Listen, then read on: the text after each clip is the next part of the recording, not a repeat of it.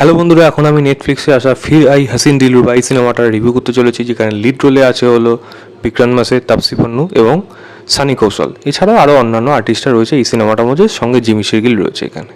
গল্পটা যদি ছোটো করে বলি, হাসিন দিলরুবা যে সিনেমাটা এসেছিল সেই সিনেমাটা যেখান থেকে শেষ হয়, এই সিনেমাটা প্রায় সেখান থেকেই শুরু হচ্ছে, মানে কয়েক বছর পর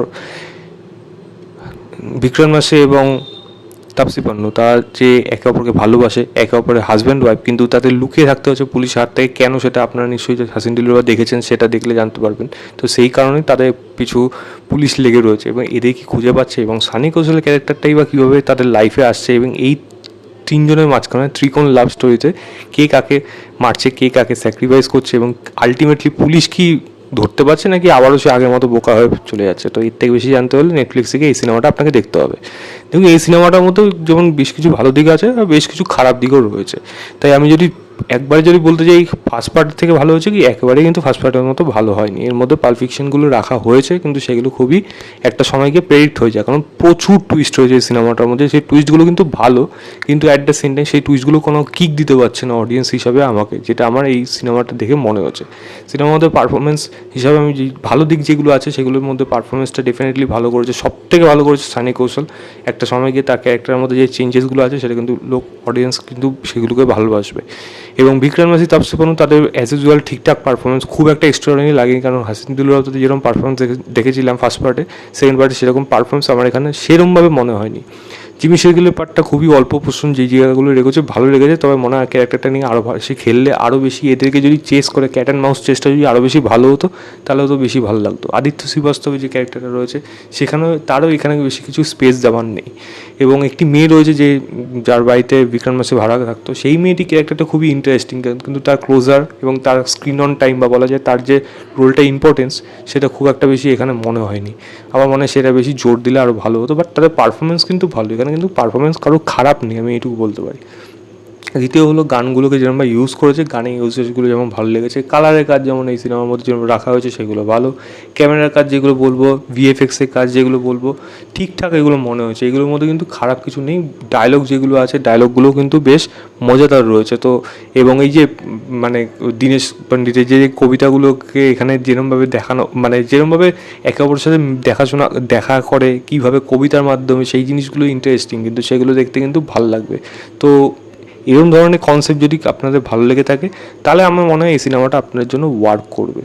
এবং টুইস্টও প্রচুর রয়েছে, সেগুলো ভালো মন্দ মিশিয়ে কিন্তু রয়েছে, এইটুকু আমি বলতে পারি। এবং একটা সময় গিয়ে সেটা প্রেডিক্ট হয়ে গেল, আপনার কিন্তু সিনেমাটা বোর করবে না, এটুকু বলতে পারি। হুক করে রাখবে লাস্ট অবধি। এবার লাস্টে যে হচ্ছে সেটা আলাদা ব্যাপার। এখান থেকে আমি নেগেটিভ দিকে ঢুকে যাব। প্রধান কথা হলো স্ক্রিন প্লে, এটার যেমন মানে স্ক্রিপ্ট রয়েছে খুবই গল্প পরপর এগিয়েছে, অ্যাট দ্য সেম টাইম গল্পের মধ্যে কিন্তু ইনভলভমেন্টসটা কিন্তু খুবই কম, সেটা ক্যারেক্টারও সেরকম গল্পটা আমি যদি বাদও দিই, আমি ক্যারেক্টারগুলো খুবই ইম্পর্টেন্স জায়গার দরকার ছিল, আরও ক্যারেক্টারগুলোকে নিয়ে খেলার প্রয়োজন ছিল, মানে এই ক্যারেক্টারগুলোর ব্যাপারে আরও বেশি জানতে পারতাম, তাহলে বেশি হতো, আরও ইন্টারেস্টিং হতো। তাই যেই ঘটনাটা ঘটছে লাস্টে গিয়ে সেটা কিন্তু ইম্প্যাক্ট কিন্তু ফার্স্ট পার্টে যেরকম পড়েছিল সেরকম কিন্তু পড়বে না এখানেও। এবং টুইস্টের কথা যেগুলো বললাম, অজস্র টুইস্ট রয়েছে, একটার পর একটা লেগেই আছে, কিন্তু সেইগুলো কিন্তু একটা সময় ওয়ার্ক করছিল, কিন্তু পরে গিয়ে যখন প্রেডিক্ট হয়ে যাচ্ছে তখন গিয়ে সেইগুলো কিন্তু ওয়ার্ক করছে না। যদিও ওয়ার্ক করতে পারতো, কিন্তু রাইটিংয়ের মধ্যে সেই ক্যারেক্টারগুলোর মধ্যে সেরকম সেই দমটা পাচ্ছিলাম। আর যেইটা ফার্স্ট পার্টে ছিল, যেইভাবে লুকিয়ে ব্যাপারটা ছিল, এইবারের লোকানোটা না খুব একটা বেশি মানে এটা টেকেন ফর গ্র্যান্টেড হিসাবে সিনেমাটাকে অডিয়েন্সের জন্য আনা হয়েছে, মানে ধরেই নিচ্ছি এটা অডিয়েন্স দেখবে, বিভৎস হিট ফার্স্ট পার্টটা হয়েছে, এই জিনিসটাও একই জিনিস খেলবো আমরা, সেই জিনিসটাই এখানে করতে চাইছে, বাট সেটা হয়নি। এবং যেটা আমার একটা বড় ব্যাকলেস এই সিনেমার জন্য মনে হয়েছে। এবং আরেকটা জিনিস হলো ক্লাইম্যাক্সে যেই জায়গাটা ডিজাইন তারা করতে চেয়েছে সেইগুলো দেখুন, আইডিয়া ওয়াইজ সেগুলো কিন্তু ভালো, কিন্তু সেগুলো দেখুন লজিকের সমস্যা এখানেও আগেরটাও ছিল, এখানেও রয়েছে। তবে এখানে কেন বেশি মনে হয়, কারণ এখানে পুলিশকে পুরোপুরি বোকা বলদ এরকম দেখানো হয়েছে, পুলিশ ইনভেস্টিগেশনটা এখানে ভালো না। আমরা যে ভেবেছিলাম যে জিমি শেরগিলের ক্যারেক্টারটা এসে হয়তো এমন কিছু করবে যেটা হয়তো টাক লাগিয়ে দেবে পুলিশ হিসাবে, বাট সেই ক্যারেক্টারটার মধ্যে সেরকম কোনো দম এখানে রাখাই হয়নি। মানে আসলো, হেভি ইন্ট্রোডাকশন হলো, বাট তার গুরুত্বপূর্ণ বা তার যে অরা সেটা কিন্তু সে সিনেমাটার মধ্যে রাখতে পারলো না, কারণ তার ক্যারেক্টারটাকেই ভালোভাবে লেখা হয়নি, সেরকম স্পেসই দেওয়া হয়নি।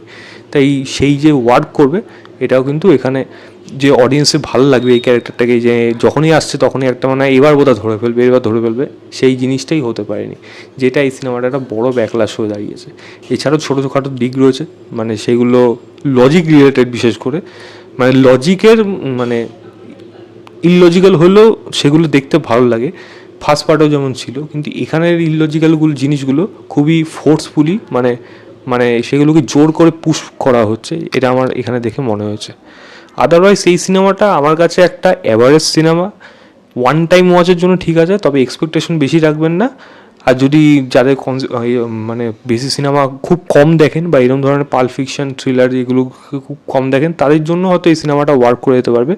তবে যদি হাসিন দিলরুবা অবশ্যই দেখে থাকতে হবে তাকে, হাসিন দিলরুবা ভালো লেগে থাকলে এই সিনেমাটাও মনে হয় না ওই মর্যাদা আপনার ভালো লাগবে। তাই আমার কাছে এই সিনেমাটা এভারেজ সিনেমা হিসেবে থেকে যাচ্ছে। আমি ম্যাক্সিমাম 2.5 দেবো আউট অফ 5 বলবো। নেটফ্লিক্সে গিয়ে দেখুন, দেখেই জানাবেন আপনাদের কেমন লাগলো। তো এই ছিল আমার ওভারঅল রিভিউ ফির আই হাসিন দিলরুবা বলে সিনেমাটা। ভিডিওটা ভালো লাগলে লাইক শেয়ার এবং চ্যানেলটাকে সাবস্ক্রাইব করে দেবেন। বাই।